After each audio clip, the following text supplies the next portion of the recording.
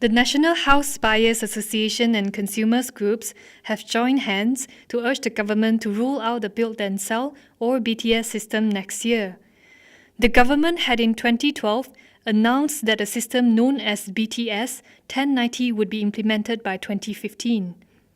Under the system, house buyers pay a 10% down payment for a house and thereafter make further payments only when the property is delivered to them. 1090 is actually a hybrid of the present system, the nonsensical sell then build, and the build and sell. It is in between. So it is not the absolute build and sell. That you have to understand very, very clearly.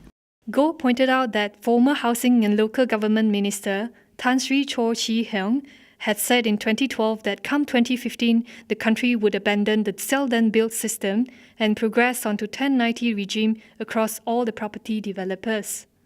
A special task force, headed by the Chief Secretary to the government, was formed 4 years ago to look into reviving abandoned projects and on methods to prevent house buyers from falling into abandoned projects. A prominent member in that task force was Lantik Khan, appointed, and to draw the timeline, plan the timeline leading to 2015. What is upsetting is we hear the minister announcing that we will have to restudy the proposal. Goh was referring to a recent statement by the Urban Wellbeing, Housing and Local Government Minister, Dato Abdul Rahman Dahlan, that he would propose to the government for the coexistence of both sell-then-build and BTS 1090 systems. Goh criticised the U-turn by the government.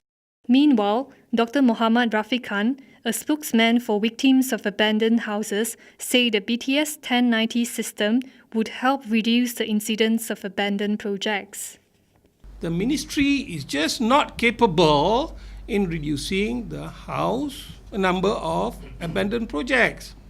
Despite having a task force at the high level of the government, one would expect the number of abandoned houses to reduce, right?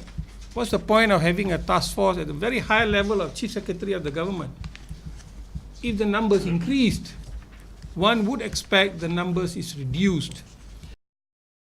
Dato Rafiq said there were 148 abandoned projects in 2009, and the number rose to 212 as of July this year, based on statistics from the Ministry of Housing.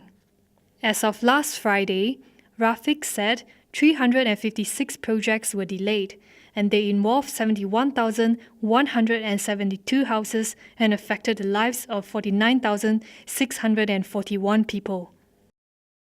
Charlotte Chong, The Edge TV.